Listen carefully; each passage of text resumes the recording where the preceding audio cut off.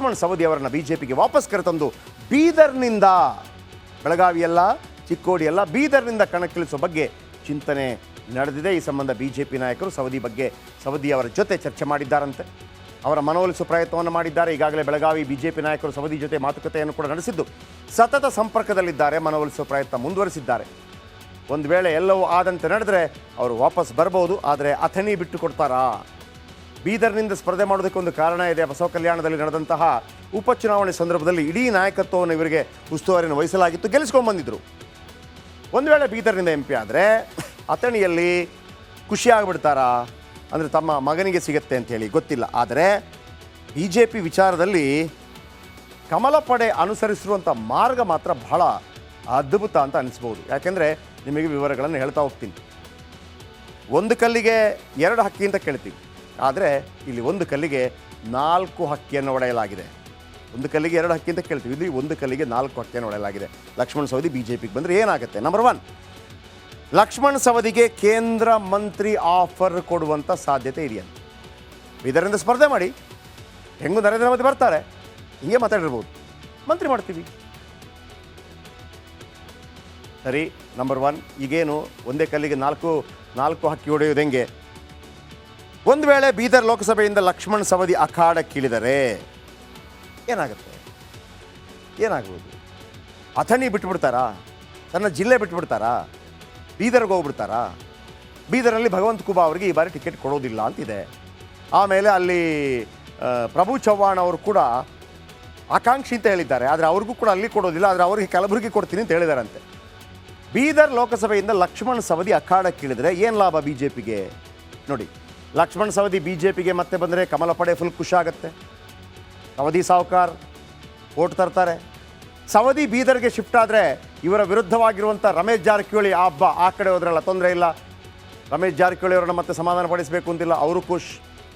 ಸವದಿ ಬೀದರ್ನಿಂದ ಸ್ಪರ್ಧೆ ಮಾಡಿದರೆ ಪ್ರಭು ಚವ್ಹಾಣಲ್ಲಿ ಖುಷಿ ಆಗ್ತಾರೆ. ಮೇಲ್ಗಡೆ ಭಗವಂತ ಖೂಬಾ ಇಲ್ವಲ್ಲ, ಮೊನ್ನೆ ಕಾಲಿಗೆ ಬಿದ್ದಿದ್ರು, ಯಾವುದೇ ಕಾರಣಕ್ಕೂ ಭಗವಂತ ಖೂಬಾ ಕೊಡಬೇಡಿ ಅಂಥೇಳಿ.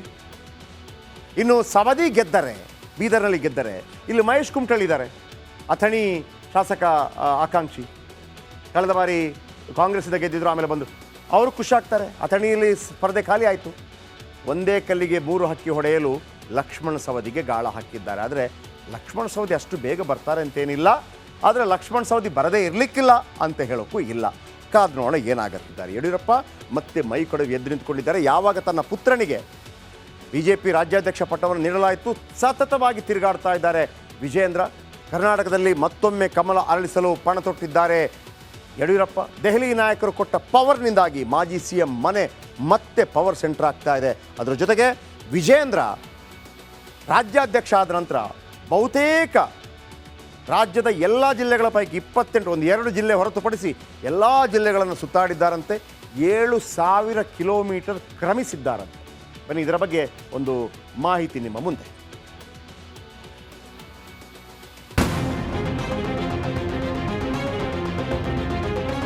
ಲೋಕಸಭೆ ಚುನಾವಣೆಯಲ್ಲಿ ಕರ್ನಾಟಕದಿಂದ 20ಕ್ಕೂ ಹೆಚ್ಚು ಸ್ಥಾನ ಗೆಲ್ಲಲೇಬೇಕೆಂಬ ಬಿಜೆಪಿ ವರಿಷ್ಠರ ಕಟ್ಟಪ್ಪಣೆ BS ಯಡಿಯೂರಪ್ಪ ಮತ್ತು BY ವಿಜೇಂದ್ರಗೆ ಭೀಮಬಲ ತಂದುಕೊಟ್ಟಿದೆ. ಸಿಕ್ಕ ಅವಕಾಶವನ್ನೇ ಚಿಮ್ಮುಹಲಗೆಯಾಗಿ ಮಾಡಿಕೊಂಡಿರೋ ವಿಜೇಂದ್ರ ತಮ್ಮ ಶಕ್ತಿ ಹಾಗೂ ಅಪ್ಪನ ಪ್ರಭಾವಳಿ ಬಳಸಿ ಪಕ್ಷ ಸಂಘಟನೆಯನ್ನ ತಮ್ಮ ಬಿಗಿಮುಷ್ಟಿಗೆ ತೆಗೆದುಕೊಂಡಿದ್ದಾರೆ. ಎಲ್ಲವೂ ಅಪ್ಪ ಮಗನ ಮೂಗಿನ ನೇರಕ್ಕೆ ನಡೆಯುವಂತೆ ಮಾಡುತ್ತಿದ್ದಾರೆ. ಇದೀಗ ಯಡಿಯೂರಪ್ಪ ಮನೆ ಮತ್ತೆ ಪವರ್ ಸೆಂಟರ್ ಆಗಿದೆ. ಟಿಕೆಟ್ ಬೇಕಿರುವವರು, ಕಾರ್ಯಕರ್ತರು, ಬೆಂಬಲಿಗರು BSY ಮನೆಗೆ ಎಡತಾಕುತ್ತಿದ್ದಾರೆ. ಇವತ್ತು ದಾವಣಗೆರೆ ಸಂಸದ GM ಸಿದ್ದೇಶ್ವರ್ ಕೂಡ ಯಡಿಯೂರಪ್ಪ ಜೊತೆ ಮಾತುಕತೆ ನಡೆಸಿದ್ರು. ಚಾಮರಾಜನಗರ ಟಿಕೆಟ್ ಮೇಲೆ ಕಣ್ಣಿಟ್ಟಿರೋ ಹರ್ಷವರ್ಧನ್ ಕೂಡ BSY ಮನೆಗೆ ಬಂದಿದ್ರು. ಸುಧಾಕರ್ ಕೂಡ ಟಿಕೆಟ್ಗೆ ಪಟ್ಟು ಹಿಡಿದಿದ್ದಾರೆ. ಯಾವುದೇ ಲೋಕಸಭಾ ಕ್ಷೇತ್ರ, ರಾಜ್ಯದಲ್ಲಿರ್ತಕ್ಕಂಥ 28 ಲೋಕಸಭಾ ಕ್ಷೇತ್ರಗಳಿಗೆ ಯಾರು ಅಭ್ಯರ್ಥಿ ಆಗಬೇಕು ಅಂತಕ್ಕಂಥದ್ದನ್ನು ನಮ್ಮ ಪಕ್ಷದ ವರಿಷ್ಠರು ತೀರ್ಮಾನ ಮಾಡ್ತಾರೆ. ಮತ್ತೊಮ್ಮೆ ಹೇಳ್ತಾನೆ, ರಾಜ್ಯದ 28 ಲೋಕಸಭಾ ಕ್ಷೇತ್ರದಲ್ಲಿ ಯಾರೇ ಅಭ್ಯರ್ಥಿ ಆಗಬೇಕು ಅಂದರೂ ಸಹ ನಮ್ಮ ಭಾರತೀಯ ಜನತಾ ಪಾರ್ಟಿಯ ವರಿಷ್ಠರು ತೀರ್ಮಾನ ಮಾಡ್ತಾರೆ. ಕಾರ್ಯಕರ್ತರ ಅಭಿಪ್ರಾಯವನ್ನು ಪಡೆದುಕೊಂಡು ಕಾರ್ಯಕರ್ತರ ಅಭಿಪ್ರಾಯದ ಮೇರೆಗೆ ಸೂಕ್ತ ಅಭ್ಯರ್ಥಿನ ಘೋಷಣೆ ಮಾಡ್ತಾರೆ. ಯಡಿಯೂರಪ್ಪರನ್ನ ಕೆಳಗಿಳಿಸಿದಾಗ ರಾಜ್ಯ ಬಿಜೆಪಿಗೆ ಮಂಕು ಬಿಡದಿತ್ತು. ಯಾವಾಗ ವಿಜೇಂದ್ರ ರಾಜ್ಯಾಧ್ಯಕ್ಷರಾದರೂ ಎಲ್ಲವೂ ಚೇಂಜ್ ಆಗಿದೆ. ಕೇಸರಿ ಸೇನೆಗೆ ಹೊಸ ಲುಕ್ ಸಿಕ್ಕಿದೆ.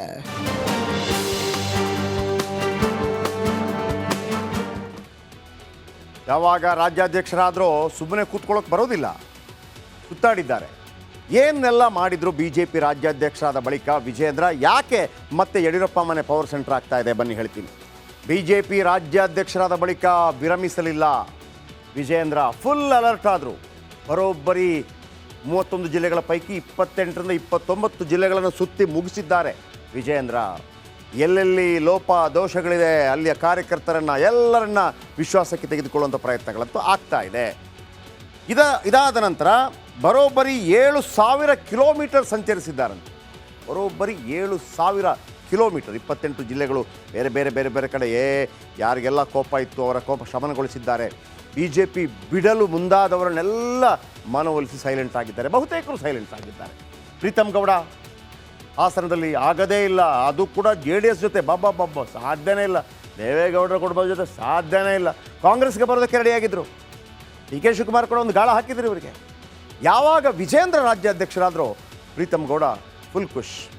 ಅವರನ್ನು ಪದಾಧಿಕಾರಿಗಳ ಪಟ್ಟಿಯಲ್ಲಿ ಕೂಡ ಅವರನ್ನು ನೇಮಿಸಲಾಗಿದೆ. ಇನ್ನು ರೇಣುಕಾಚಾರ್ಯ ಯಾವ ರೀತಿಯಲ್ಲಿ ಅಂತಂದರೆ ಯಡಿಯೂರಪ್ಪ ಅವರು ಅಂತಂದರೆ ಯಾವ ರೀತಿ ಮಾತಾಡ್ತಾ ಇದ್ರು ಅಂತಂದರೆ ಅವರಿಗೆ ನೋಟಿಸ್ ಕೂಡ ನೀಡಲಾಗಿದೆ.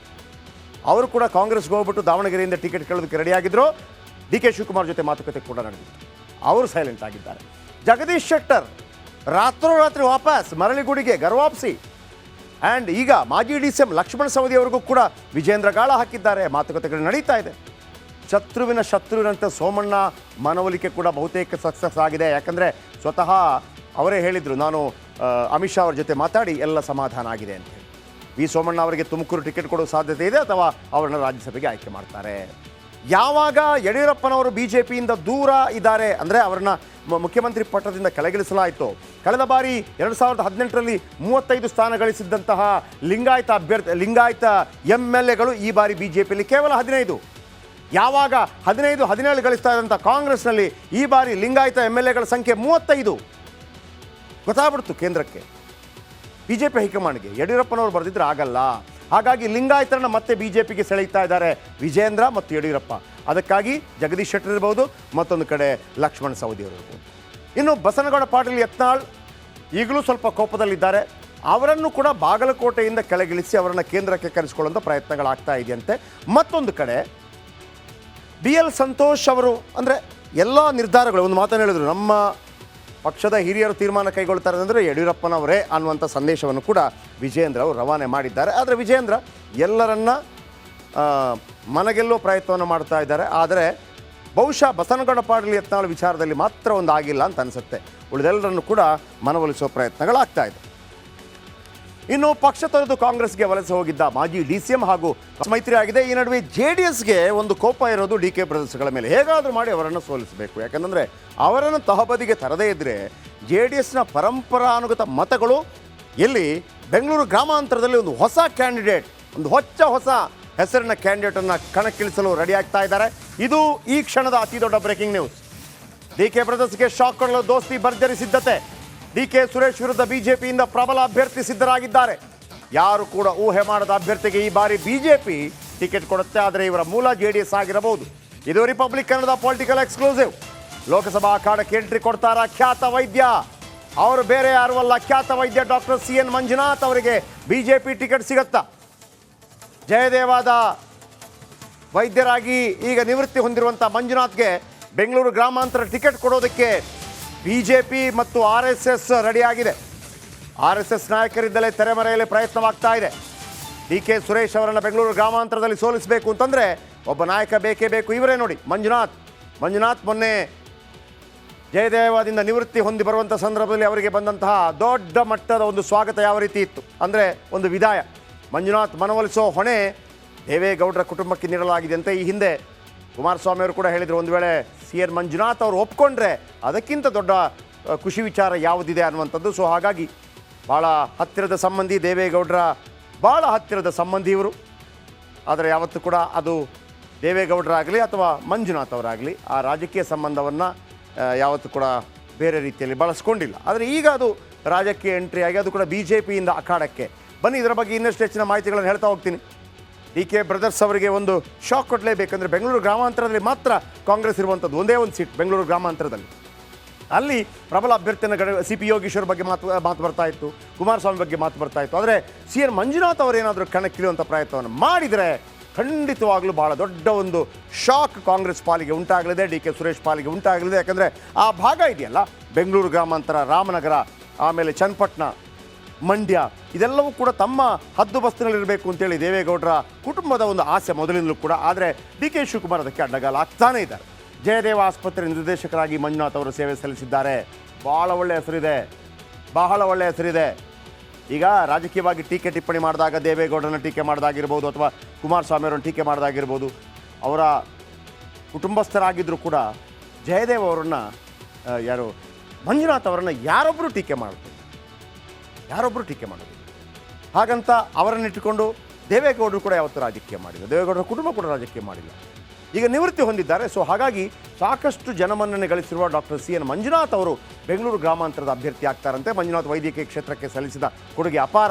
ಹಾಗಂತ ಎರಡೆರಡು ಬಾರಿ BJP ಸರ್ಕಾರ ಇದ್ದಾಗಲಿರ್ಬೋದು, ಕಾಂಗ್ರೆಸ್ ಸರ್ಕಾರ ಇದ್ದಾಗಲಿರ್ಬೋದು, 1.5 ವರ್ಷ ಅವರನ್ನು ಮತ್ತೆ ಮುಂಬಡ್ತಿ ನೀಡ್ತಾ ಬಂತು. ಒಕ್ಕಲಿಗ ಸಮುದಾಯಕ್ಕೆ ಸೇರಿರುವಂಥ ಡಾಕ್ಟರ್ ಸಿ ಎನ್ ಮಂಜುನಾಥ್ ಅವರು ಒಕ್ಕಲಿಗ ಸಮುದಾಯಕ್ಕೆ ಸೇರಿರ್ಬೋದು, ಆದರೆ ಅವರು ವೈದ್ಯಲೋಕ ಸಮುದಾಯಕ್ಕೆ ಸೇರಿದಂಥ ನಾಯಕರಲ್ಲಿ ಎರಡು ಮಾತಿಲ್ಲ. ದೇವೇಗೌಡರ ಕುಟುಂಬಸ್ಥರು ಆಗಿರುವಂತಹ ಸಿ ಎನ್ ಮಂಜುನಾಥ್ ಅವರು ಇದೀಗ ಮಂಜುನಾಥ್ ಕಣಕ್ಕಿಳಿಸುತ್ತೇವೆ ಅಂತ ಹೇಳಿದೆಯಂತೆ ಬಿಜೆಪಿಯಿಂದಲೇ ಟಿಕೆಟ್ ನೀಡಿ ಗೆಲ್ಲಿಸಿಕೊಂಡು ಬರುತ್ತೇವೆ ಅಂತ BJP ಹೇಳಿದೆಯಂತೆ. JDS ಬೇಡ, ನಾವು ಮಾಡ್ತೀವಿ ಅಂತ ಕುಮಾರಸ್ವಾಮಿಗೆ ದೆಹಲಿ ನಾಯಕರು ಭರವಸೆ ನೀಡಿದ್ದಾರಂತೆ. ಮಂಜುನಾಥ್ ಒಪ್ಪಿದ್ರೆ ಅದಕ್ಕಿಂತ ಒಳ್ಳೆಯ ಸುದ್ದಿ ಇನ್ನೇನಿರುತ್ತೆ ಅಂಥೇಳಿ ಸ್ವತಃ ಕುಮಾರಸ್ವಾಮಿ ಅವರು ಬಹಿರಂಗವಾಗಿ ಹೇಳ್ಕೊಂಡಿದ್ದಾರೆ. ಹಾಗಾಗಿ ಮಂಜುನಾಥ್ ಅವರು ಅಭ್ಯರ್ಥಿ ಆಗ್ತಾರಾ? ರಾಜಕೀಯದಲ್ಲಿ ಏನು ಬೇಕಿದ್ರೂ ಆಗ್ಬೋದು ಅಂತ ಒಳ್ಳೆ ಜನಪ್ರಿಯತೆ ಮಂಜುನಾಥ್ ಅವರಿಗೆ ಖಂಡಿತವಾಗ್ಲೂ ಇದೆ. ಬನ್ನಿ ವೀಕ್ಷಕರೇ, ಈಗ